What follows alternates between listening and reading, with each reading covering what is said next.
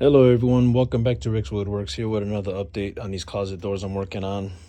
So as you can see here, these are the last two that I got to put together. These are the backs for the last two doors. I got them all ready to go. All the cuts I need for the biscuits. So today I'll be gluing another one up today. I don't have enough room here to do two at a time. Very small garage, so I got to do one at a time. So I'm going to do one today and then the next one tomorrow, hopefully, if things go well. Thanks for watching. If you have yet, please hit the like and subscribe button for more. Bye-bye.